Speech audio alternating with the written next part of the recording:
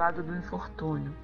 Mas se ele não tem a ilusão dos gozos mundanos, também não possui as dolorosas decepções do vazio que estes deixam atrás de si. Ele tem uma suavidade penetrante que é agradável à alma. A piedade, uma piedade bem sentida, vem do amor. O amor é devotamento, e o devotamento é o esquecimento de si mesmo, e este esquecimento, esta abnegação em favor dos infelizes, é a virtude por excelência, aquela que o Divino Mestre praticou com toda a sua vida e ensinou na sua doutrina tão santa e tão sublime. Quando essa doutrina voltar à sua pureza primitiva, quando for admitida por todos os povos, dará a felicidade para a terra e nela fará reinar finalmente a concórdia, a paz e o amor. O sentimento mais próprio para vos fazer progredir, domando o vosso egoísmo e vosso orgulho, aquele que dispõe vossa alma à humildade. A beneficência e ao amor do vosso próximo é a piedade. Essa piedade que vos comove até o mais íntimo do vosso ser, diante dos sofrimentos dos vossos irmãos, que vos faz estender-lhes a mão caridosa que vos arranca lágrimas de simpatia. Jamais sufoqueis em vossos corações essa emoção celeste. Não façais como esses egoístas endurecidos que se afastam dos aflitos, porque a visão da sua miséria turvaria por um instante a sua infeliz existência. Receai ficar indiferentes quando puderdes ser úteis. A tranquilidade adquirida ao preço de uma indiferença culposa é semelhante à tranquilidade do Mar Morto, que esconde no fundo das suas águas o lodo fétido e a corrupção. Quanto, no entanto, a piedade está longe de causar perturbação ou aborrecimento que apavora o egoísta.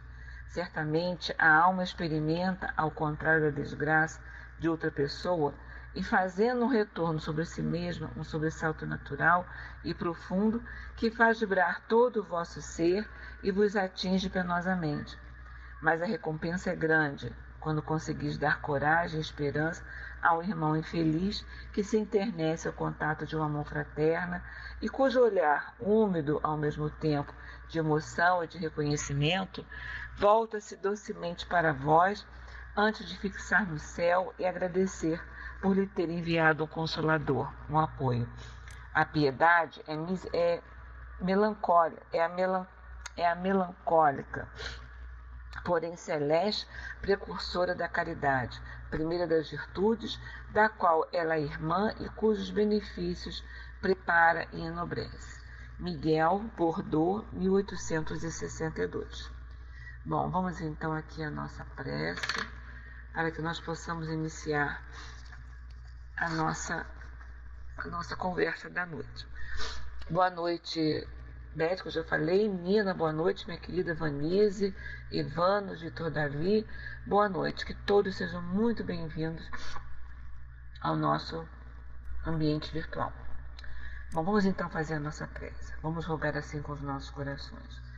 Jesus querido, companheiro nosso de todas as horas, nós rogamos ao teu coração generoso e compassivo que nos assiste nesse momento o agradecimento, Senhor, pela oportunidade de estarmos aqui reunidos em teu nome, em torno de ti, para estudarmos um pouco mais sobre as obras de Leão Denis, sobre a doutrina espírita. Envolva a todos os companheiros que aqui estão presentes, os companheiros encarnados e esses companheiros desencarnados, Senhor, que bem sabemos, são trazidos até as nossas telas virtuais para que possam, junto conosco também, estudar, tirar suas dúvidas, trocar ideias, esclarecermos, Senhor, ser esclarecidos, assim como nós, sobre a doutrina espírita. Que seja em teu nome, mestre querido, que seja em nome de Carre Baixu, teu nosso patrono, mas que seja acima de tudo, Senhor da vida, em nome de Deus, que possamos iniciar a nossa reunião da noite de hoje. Que seja assim, graças a Deus. Bom, vamos lá. Nós vamos começar aqui a quarta parte, né, desse capítulo, que é grande, é bem grande, que nos fala sobre as vidas sucessivas, as provas experimentais e a renovação da memória, onde Leon Denis vem mostrando para a gente, colocando para a gente vários exemplos, vários relatos, né, de casos que ele colheu lá em seu momento, em sua época. Boa noite, Silvestre. Está longe, mas tomara que esteja pertinho, né? O pensamento nos leva até perto das pessoas. Vamos então começar. Diz assim, lá na página do meu livro 191, diz assim: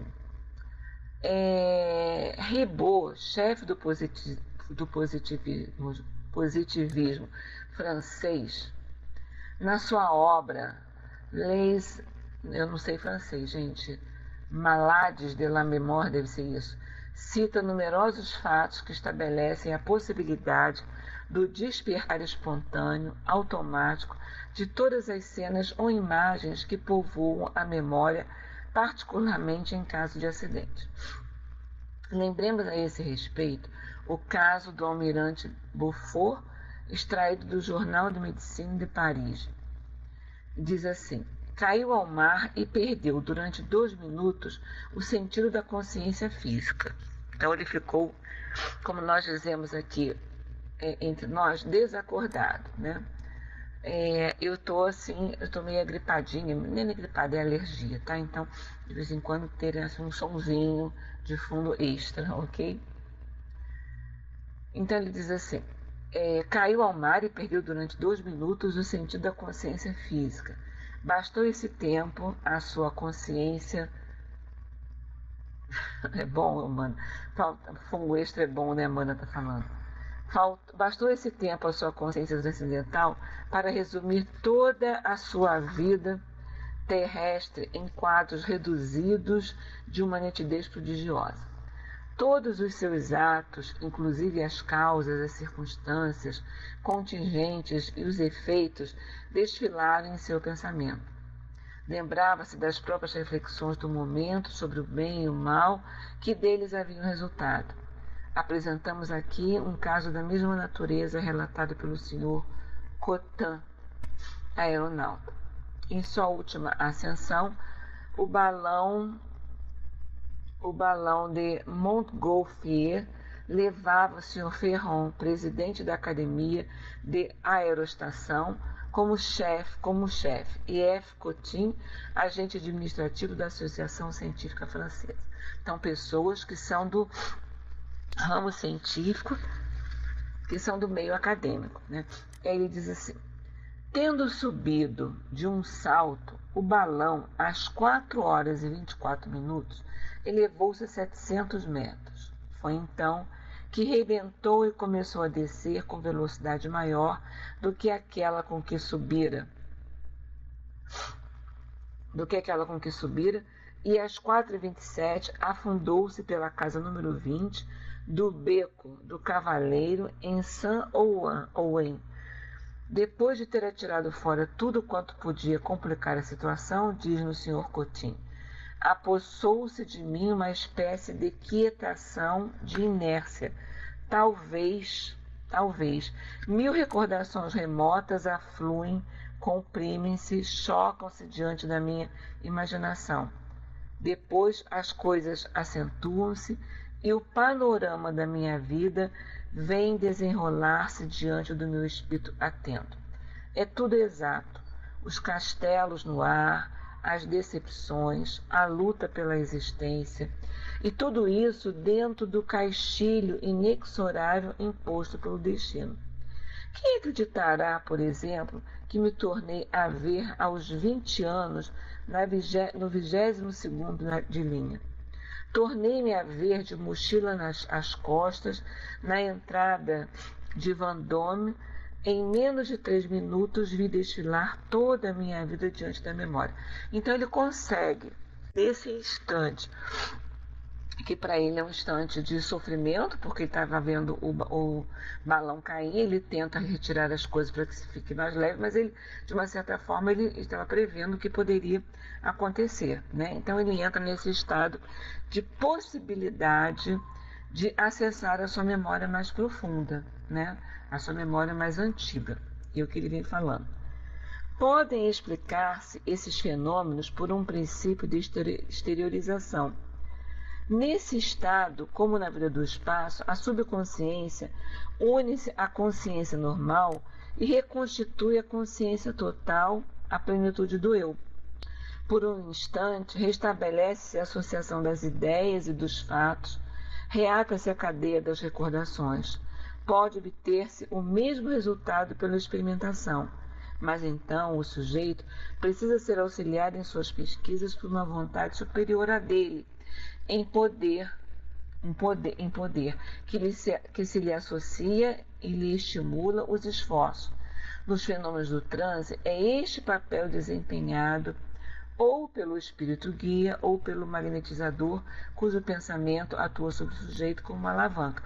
Ele foi remetido a essas lembranças através de uma situação que para ele era uma situação de medo, uma situação de perigo. Não é? Ele estava caindo lá do balão. Então ele entra nesse transe e ele começa a lembrar das suas memórias mais tardias, das suas memórias mais antigas, né?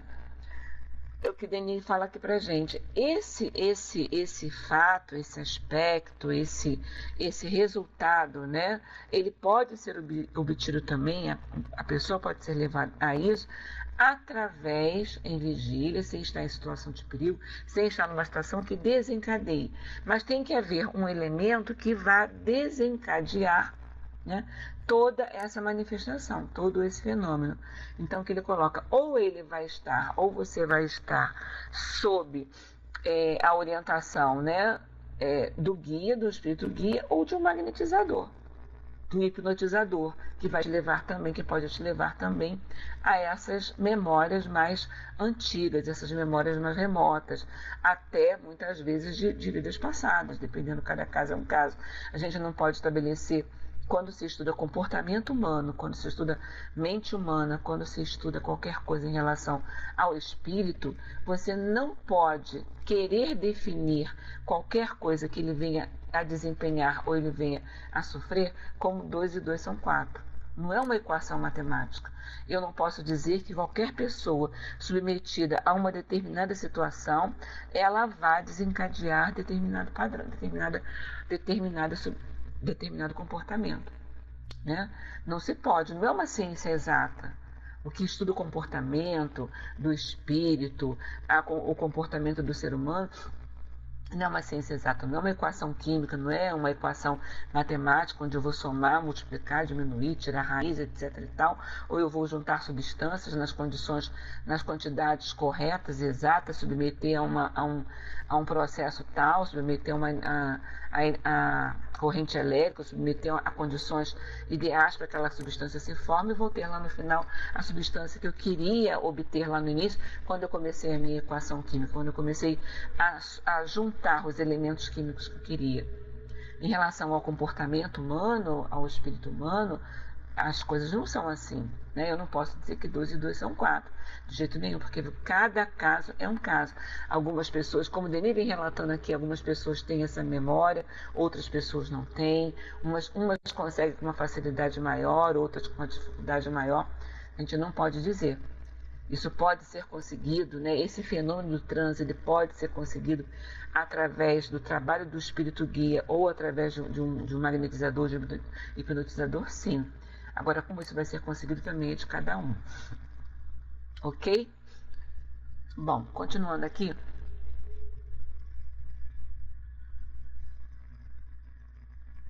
A Mana diz assim: estou precisando tanto da renovação da memória, mas pode ser da atual encarnação. Pode ser apenas de dias ou horas, ou mesmo dias ou horas mesmo. É uma questão de DNA, de data de nascimento antigo, é difícil, né? Realmente é. Mas eu acho que também é, Mana, por uma uma série de coisas que a gente tem na cabeça da gente, né? Que a gente tem em mente da gente. Nós fazemos muitas coisas. Todos nós, hoje em dia, temos uma vida em que nós fazemos muitas coisas. Nós não ficamos sentados, como ficavam, por exemplo, os nossos avós, sentados numa cadeira de balanço, esperando passar o tempo, esperando passar a hora para que possa fazer, para que fosse almoçar ou jantar ou dormir mesmo, né? O nosso dia é muito atribulado, a gente tem mil coisas para fazer, faz uma porção de coisas. Então, fica assim, difícil a gente lembrar de algumas coisas, né? É uma desculpa que eu também dou para mim, entende, mano? É uma desculpa que eu também dou para mim, né? Esses esquecimentos que a gente sofre. A gente tem que utilizar a agenda, tem que utilizar uma série de outras coisas para que possa nos ajudar nessa recuperação da memória, né? Mas uma hora a gente melhora, com certeza. E aí, Denis continua assim para a gente. Outro ponto essencial deve prender a nossa atenção. É o fato estabelecido por toda a ciência fisiológica de existir íntima correlação entre o físico e o mental do homem. A cada ação física corresponde um ato psíquico e vice-versa. Ambos são registrados ao mesmo tempo na memória subconsciente, de tal maneira que um não pode ser evocado sem que surja imediatamente o outro. É só um aviso que eu esqueci de fazer para você, Nina Mil. Como esse capítulo é muito pequenininho e como a gente está fazendo assim uma mudança em relação aos capítulos do problema do ser, eu vou avançar um pouquinho mais, tá? Como o Sérgio faz com o que é o Espiritismo. Eu esqueci de avisar você, desculpa, tá? Nina, mil desculpas. Ok? Bom, repetindo aqui esse parágrafo.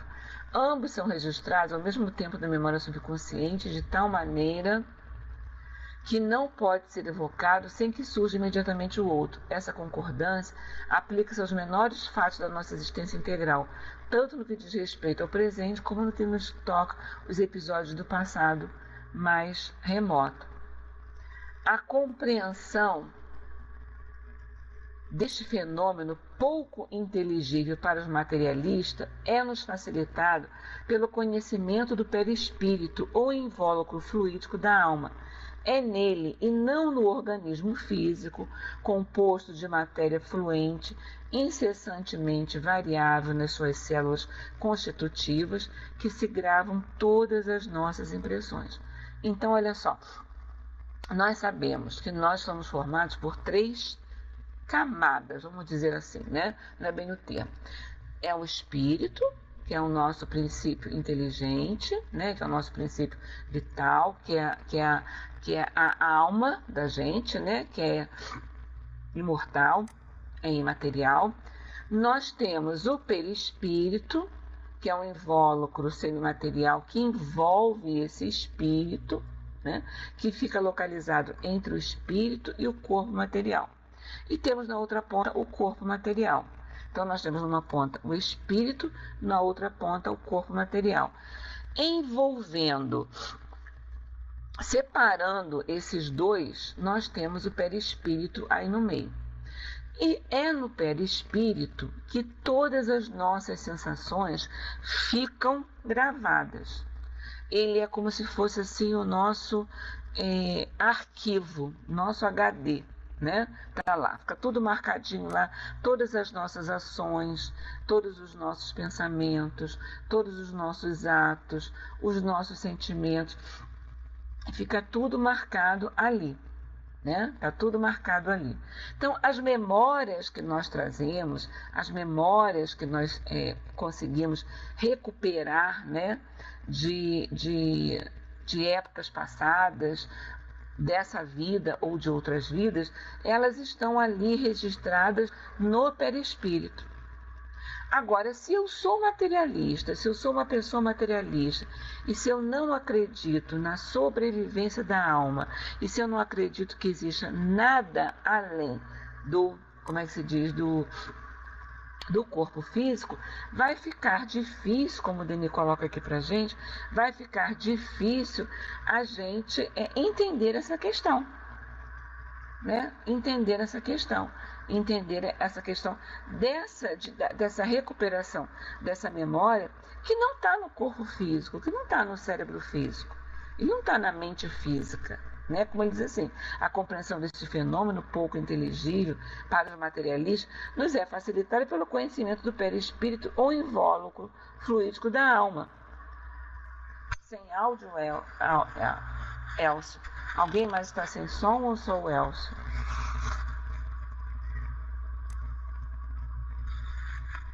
Som ok? Então tenta ver aí contigo, Elcio, como é que pode estar acontecendo. Tá? Eu não sei te explicar onde você pode ver não, mas tenta ver com alguém que possa te ajudar aí. Então não está lá, não tá nesse corpo físico, não está nesse cérebro físico. Está lá naquele perispírito, como ele diz assim, é nele, não no organismo físico, composto de matéria fluente, incessantemente variável nas suas células constitutivas, que se gravam as nossas impressões.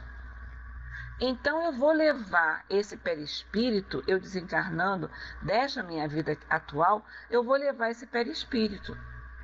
Quando eu voltar a encarnar, quando eu reencarnar, esse perispírito vai acompanhar o corpo físico, vai ser impregnado por esse perispírito. Ele vai dar forma a ele, vai mostrar todas as coisas vai deixar ali impresso todas as coisas que se tornam necessário para a continuidade da existência daquele espírito, né? Para a evolução daquele espírito. Então vai ser nesse perispírito que todas essas lembranças, todas essas marcações dos meus atos e dos meus pensamentos vão ser veiculados ali. Não naquele corpo novo que eu vou receber, que não tem marca nenhuma. Ok? Aí ele continua assim, Denis continua assim, o perispírito é um instrumento de precisão que aponta com fidelidade absoluta as menores variações da personalidade. Olha só, as menores variações da personalidade. Todas as volições do pensamento e todos os atos da inteligência têm nele a sua repercussão. Os seus movimentos e os seus estados vibratórios distintos deixam nele traços sucessivos e sobrepostos. Certos experimentadores compararam este modo de registro a um cinematógrafo vivo sobre o qual se fixam sucessivamente nossas aquisições e recordações.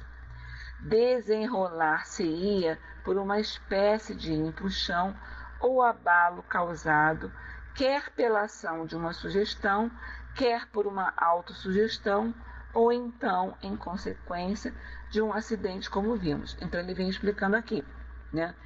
Todas as sensações daquele senhor que estava lá no balão estavam gravadas aonde?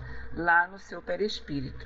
No momento em que ele tem uma ameaça, que ele sofre uma ameaça, né, de um acidente, ele recupera isso. Né? Ele recupera isso, ele recupera essa memória. Essa memória pode ser recuperada também, como ele diz aqui em cima, um pouco mais atrás, né?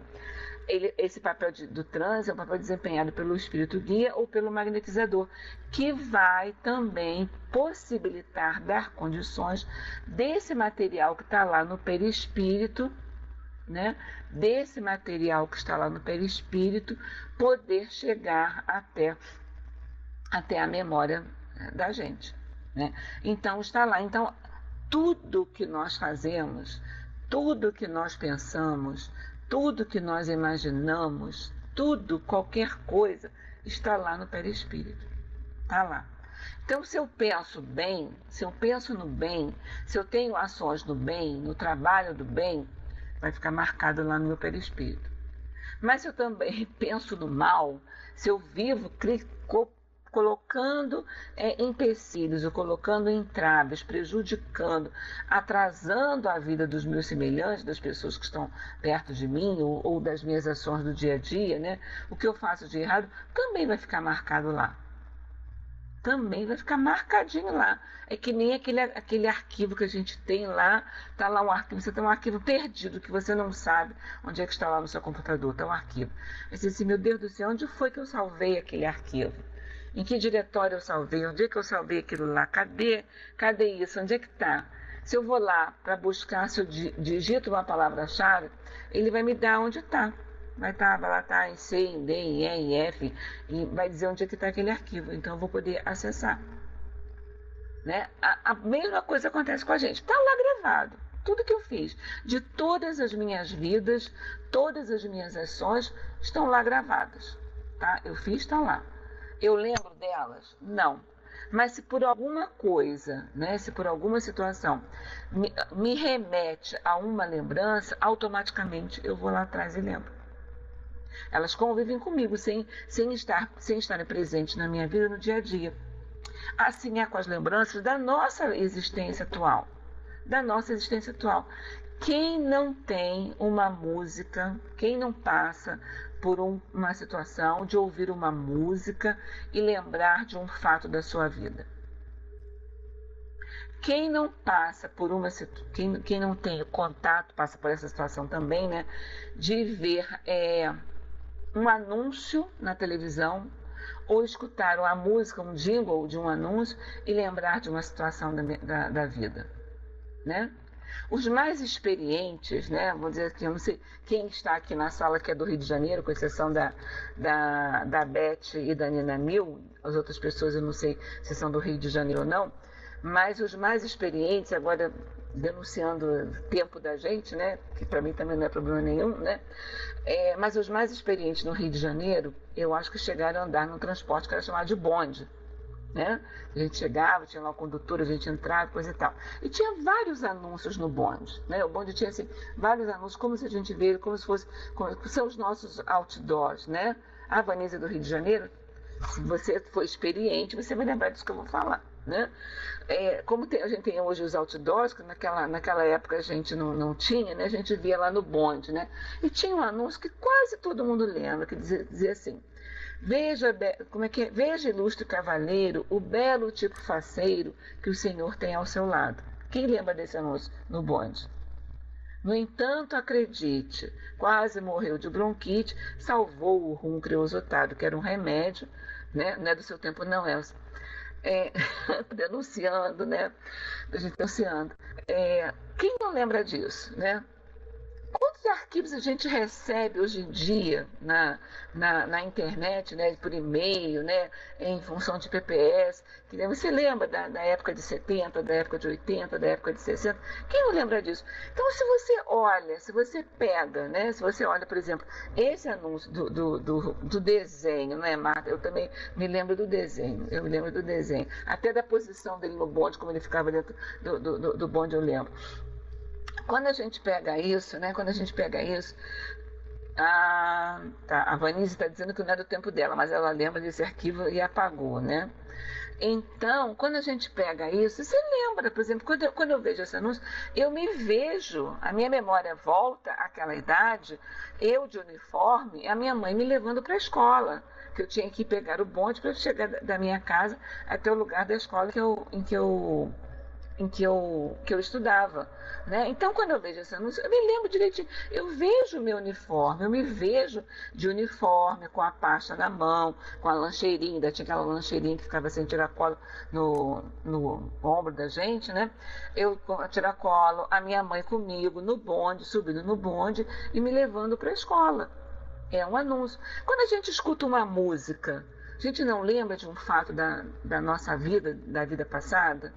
Quando você sente um cheiro, quando você sente um odor, quando você sente um perfume, você não lembra?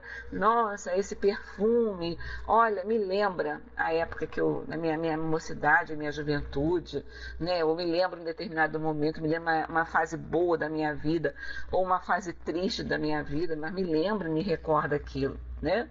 Às vezes as fases tristes, no início elas podem machucar, mas depois elas vão se diluindo também. A gente vai lembrando, né? A gente vai lembrando dessas coisas. Então aqui ele coloca aqui, então tudo isso. A gente não lembra dessas coisas da nossa vida agora? A gente lembra dessas coisas da nossa vida. Então, com muito mais possibilidades, né? Nós teríamos de lembrar das coisas passadas.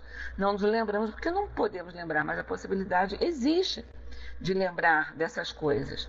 Então, como ele coloca aqui, certos experimentadores compararam esse modo de registro a um cinematógrafo vivo sobre o qual se fixam sucessivamente nossas aquisições e recordações.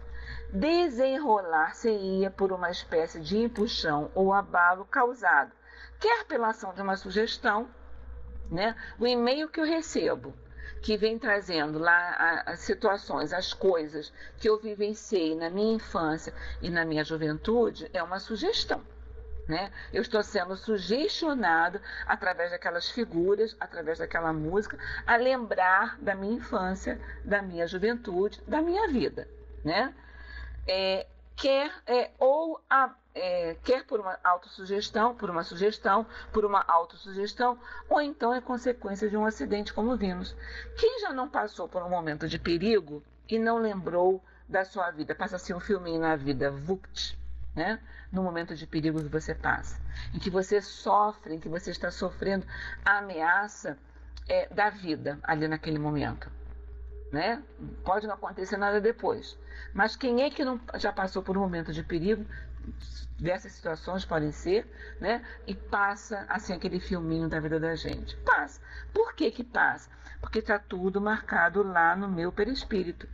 Eu convivo com essas lembranças no meu dia a dia, na minha rotina do dia a dia? Não. Elas estão lá guardadas, mas surgiu alguma coisa que vai desencadear isso, elas voltam fresquinhas, né? A gente se vê naquele momento, a gente muitas vezes é capaz de ver até a roupa que a gente veste, até o jeito que a gente estava naquele momento, certo? Então, é por aí, então está tudo lá no nosso perispírito. Aí, continuando, Denis diz assim: a influência do pensamento sobre o corpo já nos é revelada por fenômenos observáveis a cada passo de nós mesmos em volta de nós.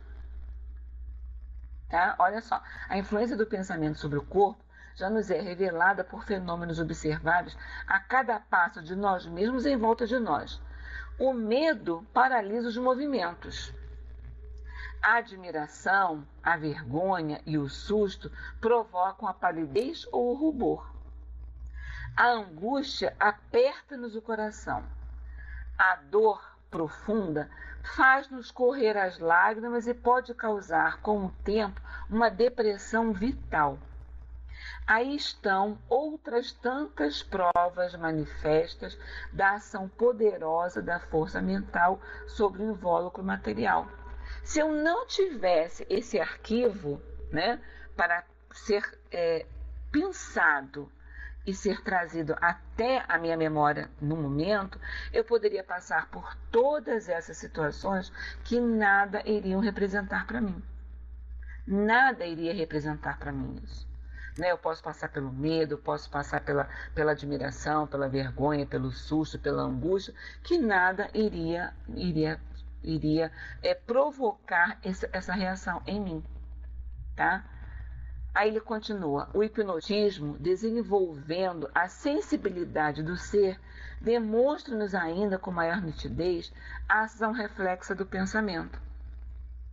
Vimos que a sugestão de uma queimadura pode produzir num sujeito tantas desordens como a própria queimadura.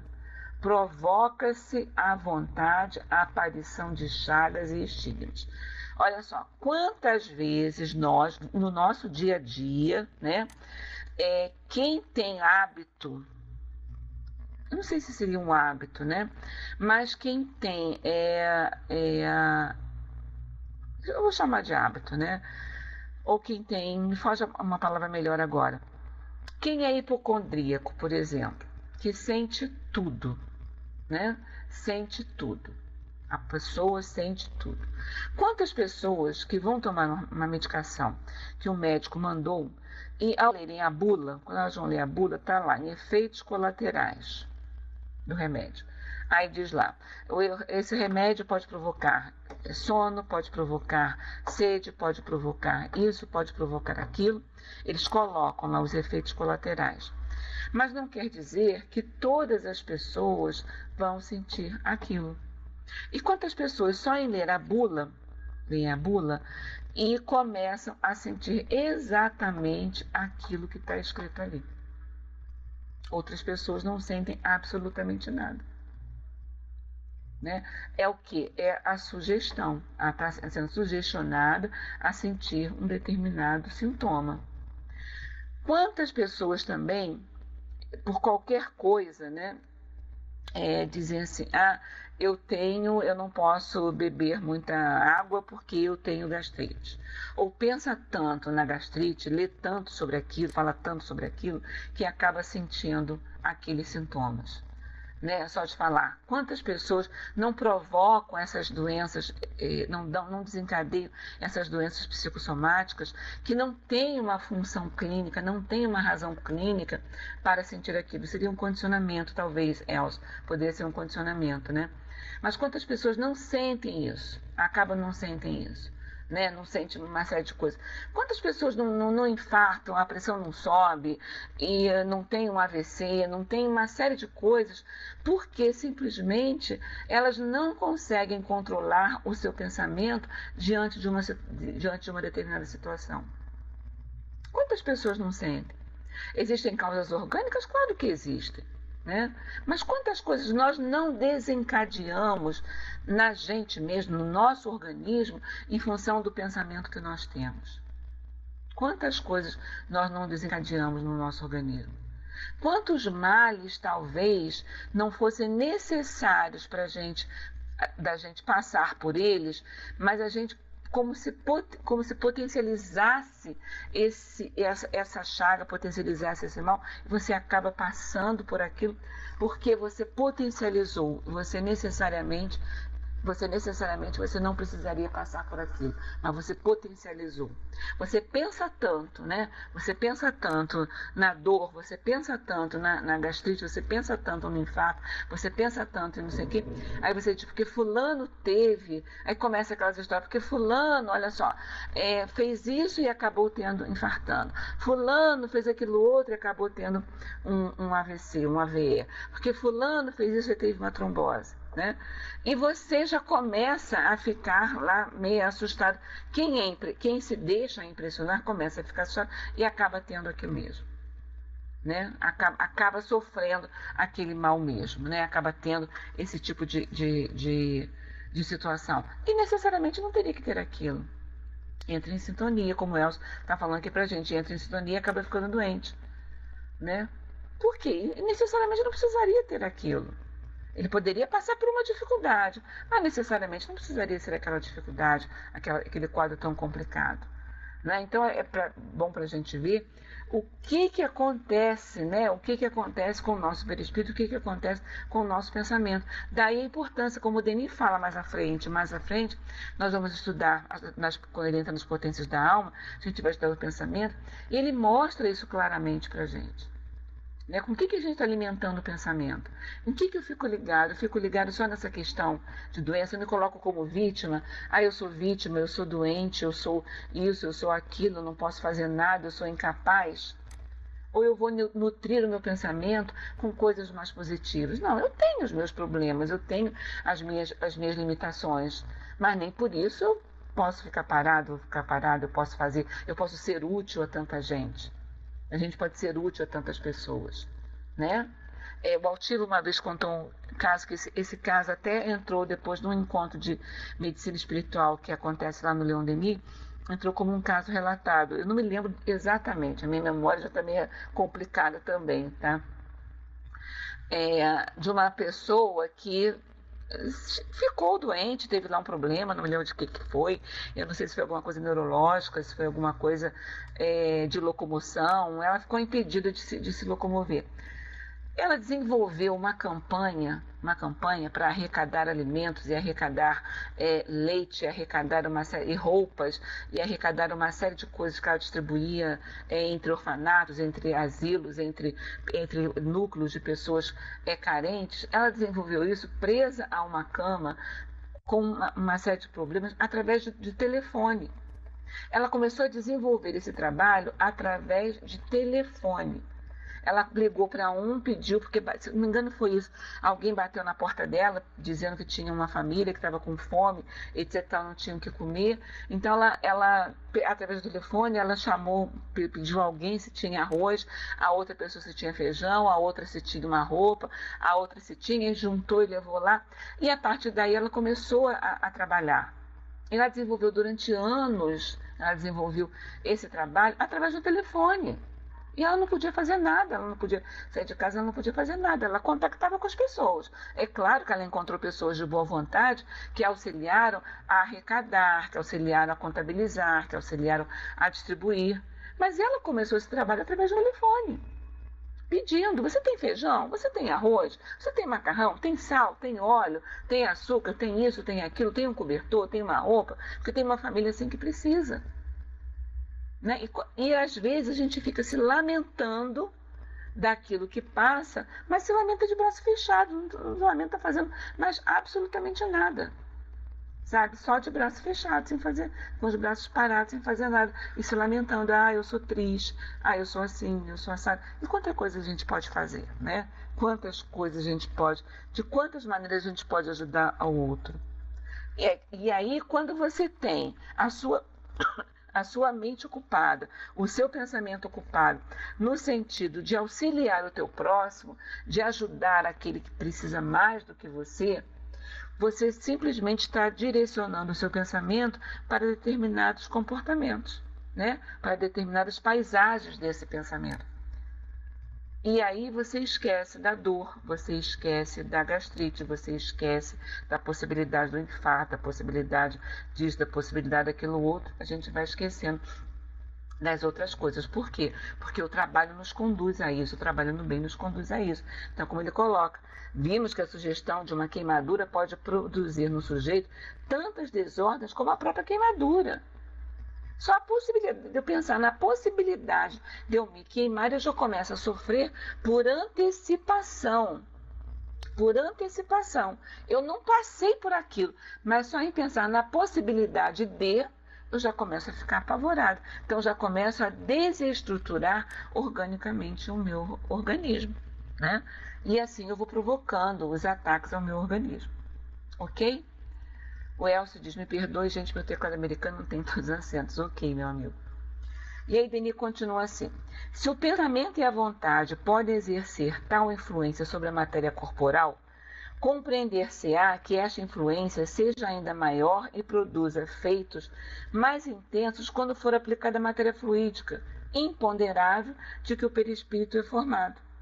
Né? Se ele pode exercer influência sobre a matéria corporal, que é uma matéria mais grosseira, imagina sobre uma matéria mais sensível, né? Então, que não poderia fazer.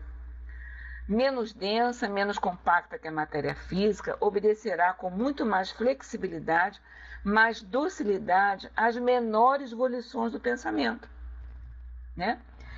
É em virtude desta lei que os espíritos podem aparecer com qualquer das formas que revestiram no passado e com todos os atributos da individualidade extinta. Essa matéria, ela é plástica, ela é maleável. Eu vou imprimir a essa matéria aquilo que eu sou, né? Então eu vou impressionar essa matéria, eu vou marcar essa matéria com aquilo que eu penso, com aquilo que eu tenho vontade, com os meus atos. Daí a importância, voltamos a falar, da vigilância do pensamento, né? Porque Jesus falou para a gente, orai e vigiai.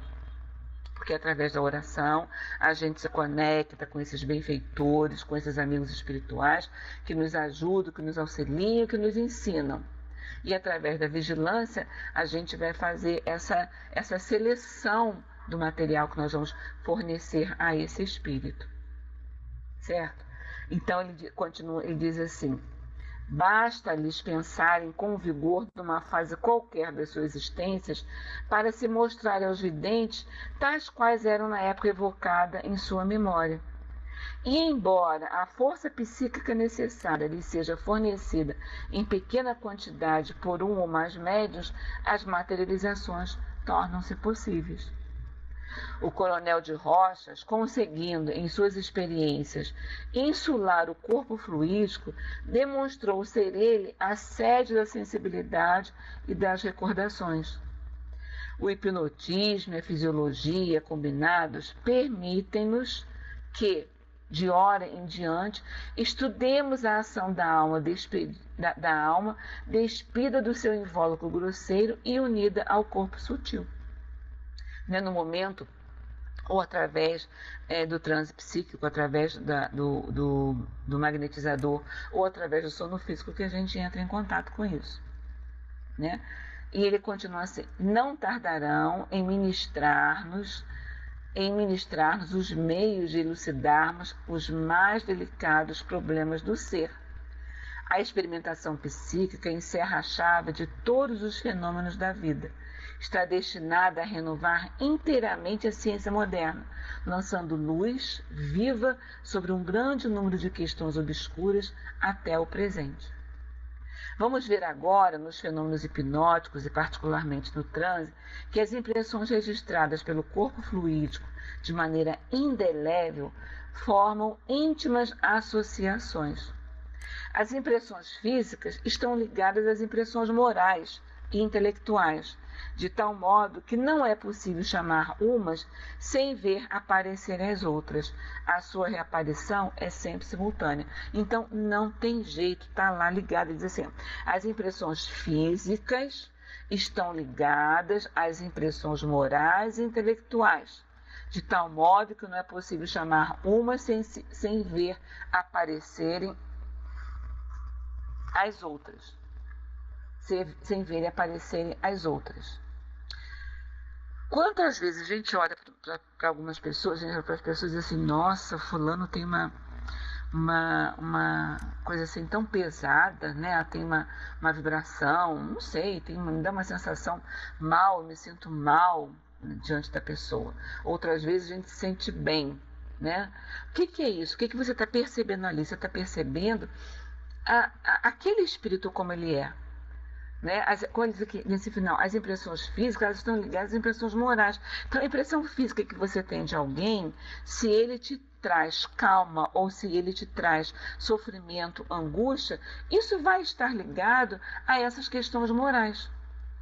Né? Como ele está, como ele está se apresentando naquele momento. Né? Ele é desse jeito, ele é dessa maneira. Né? Pode ser que seja conscientemente ou inconscientemente, a gente não sabe, mas ele traz isso. Então, essa impressão física que passa, né, ela é passada em função das suas impressões morais, das impressões intelectuais, da impressão da condição do seu espírito, como ele se apresenta ali naquele momento. Certo? Aí ele continua assim: esta íntima correlação do físico e do moral na sua aplicação às lembranças gravadas em nós é demonstrada por experiências numerosas. Citemos primeiro as de sábios positivistas que, apesar das suas prevenções a respeito da teoria nova, de toda a teoria nova, a confirmaram sem darem por isso. Pierre Janet, professor de fisiologia da Sorbonne, expõe os fatos que se seguem. As experiências são feitas em seu sujeito. No sujeito rosa, adormecido. Ele diz assim, ele começa a relatar: vai com Deus, Elcio, uma boa noite para você. Ele começa a relatar um caso. Então ele diz assim, ele começa assim: surgiram em 1888, mas em 1886, no mês de abril, para verificar simplesmente modificações de sensibilidade que poderiam produzir-se. Mas nisso produz-se um acidente muito singular. Ela geme, queixa-se de estar cansada e de não poder andar. Então, o que é que tem? Oh, não é nada. Em que estado me acho? Que estado? Responde-me com um gesto. O ventre que crescera-lhe de repente e distendera-se por um acesso súbito de timpanite histérica. Sem saber, eu a transportara a um período de sua vida em que ela estava grávida. Ela foi sugestionada a isso, né? Ela continua: estudos mais interessantes foram feitos em Maria, por este meio, Pude, fazendo-a voltar sucessivamente a diferentes períodos da sua existência, verificar todos os diversos estados da sensibilidade pelos quais ela passou e as causas de todas as modificações. Assim, está agora completamente cega do olho esquerdo e pretende que assim se encontra desde que nasceu. Fazendo-a voltar à idade de 7 anos, verifica-se que padece ainda de anestesia no olho esquerdo.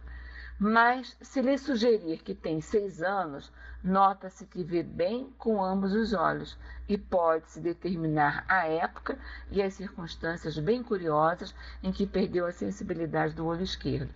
A memória realizou automaticamente um estado de saúde de que o sujeito julgava não haver conservado nenhuma recordação. Então, olha só, ela numa faixa pequena da vida, né, numa faixa etária baixa, ela consegue lembrar, ela não lembrava se ela tinha saúde antes daquilo ou não, e consegue lembrar, né? Então, ele vem relatando aqui, nesses 2 casos, que pela sugestão a pessoa pode chegar até determinadas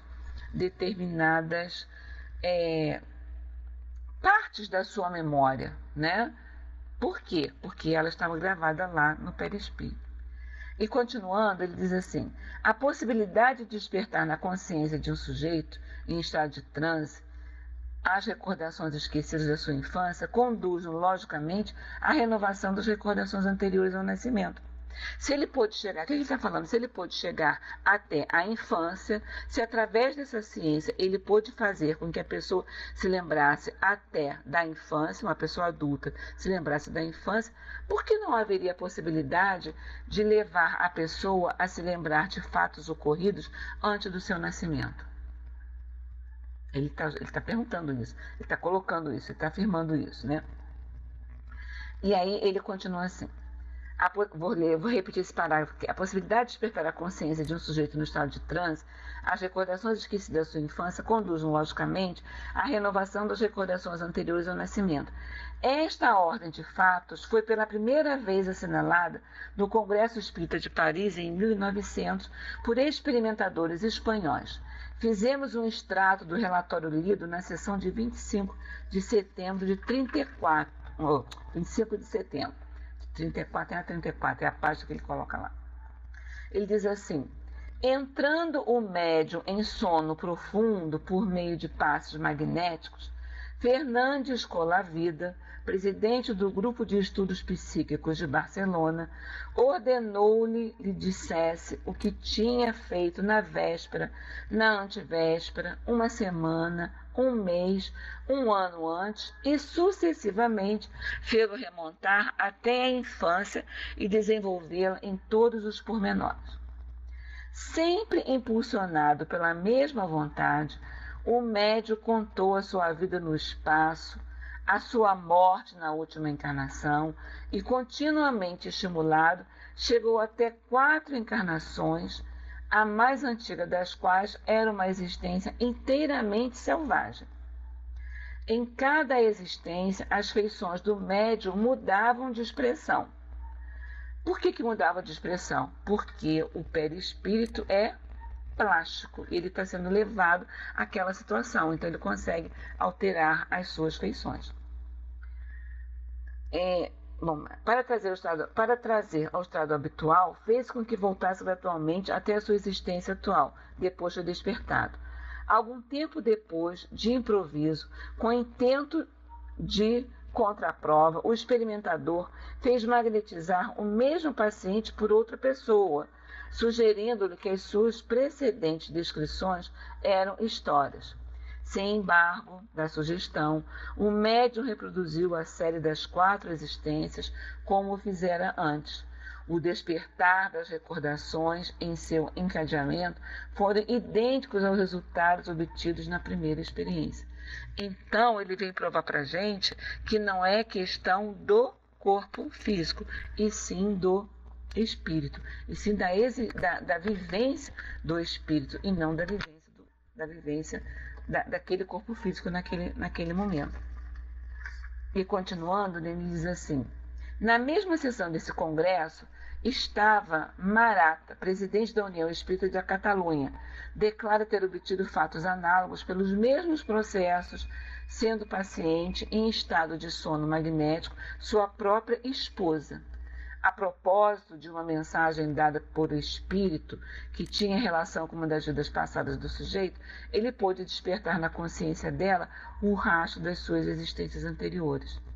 Desde então, têm sido estas experiências tentadas em muitos centros de estudo. Tem-se obtido, assim, numerosas indicações a respeito das vidas sucessivas da alma. Essas experiências hão de provavelmente multiplicar-se de dia para dia. Notemos, entretanto, que elas reclamam grande prudência.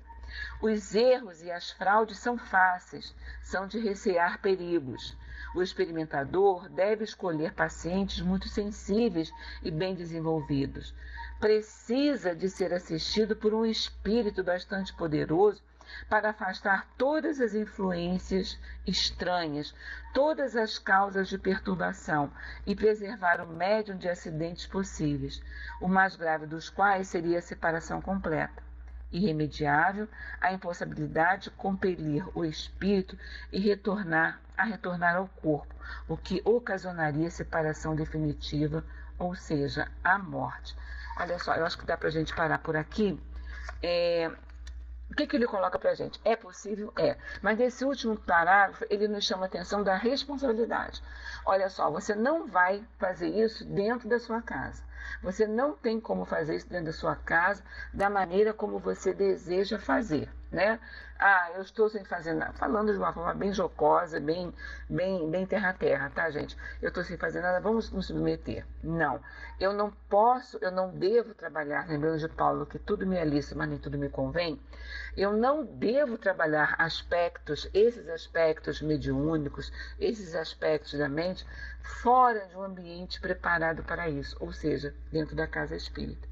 Eu preciso de ter o amparo desses espíritos amigos, dessa espiritualidade amiga. Eu preciso ter o amparo de uma casa. Eu preciso ter responsabilidade.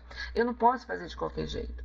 Eu não posso ser curioso nesse aspecto. Eu não posso ser simplesmente, é legal, olha, se é legal, se é importante, eu vou fazer isso. Não. Ele nos chama para a responsabilidade dos nossos atos, porque esses atos irresponsáveis vão ficar gravados lá também, né? E mesmo que não ficasse gravado lá, a gente sabe que fica. É a nossa responsabilidade diante daquilo que a gente faz, diante daquilo que a gente prega, diante daquilo que a gente fala, diante daquilo que a gente estuda.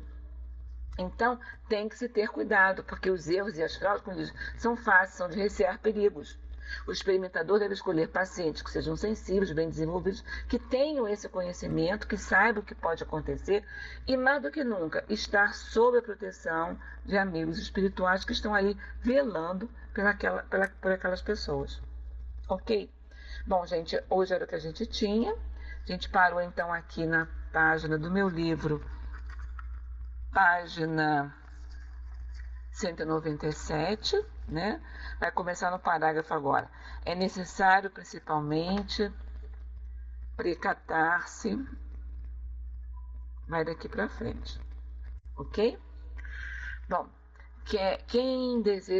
alguém deseja subir para fazer a prece?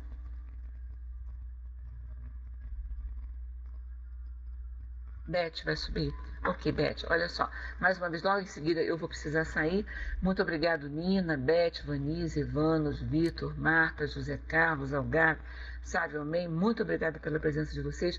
Beijo grande em cada coração, ok? Passando para você, minha amiga. Olá, meus amigos. Boa noite.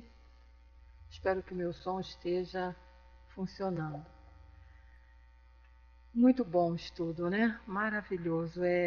Cada dia que passa a gente tem que agradecer, eu pelo menos agradeço muito, ter essa doutrina espírita em nossas vidas. Ter esses amigos que se propuseram, né, a nos trazer um esclarecimento importantíssimo como esse a respeito do que somos, do que podemos realizar, né? Leon Denis trabalha muito isso, falando muito das nossas potências, Que bom, né? Muito obrigado, Vânia. Foi assim maravilhoso. E você fez 2 capítulos, viu, minha amiga? Quer dizer que essa nossa nova ideia está muito legal. Vai ficar bem legal trabalhar assim. Vamos então agradecer, né, meus amigos? Levar os nossos pensamentos a Deus, nosso Pai, ao nosso irmão querido e amado, o nosso Mestre Jesus, aos nossos guias, aos nossos mentores, dizendo: Senhor, aqui estamos encerrando mais essa noite de estudos desta obra que tantos esclarecimentos vem nos trazendo, nos confortando e nos fortalecendo, Senhor, nesta nossa caminhada, nesta nossa estrada que estamos aqui em busca da nossa felicidade, através da nossa transformação, através do nosso progresso, da nossa evolução, chegarmos à paz, à felicidade, à harmonia que tanto buscamos. Envolva-nos, Senhor, nesta tarefa. Ampara e fortalece os nossos propósitos, de buscando o ensinamento, de buscando as informações.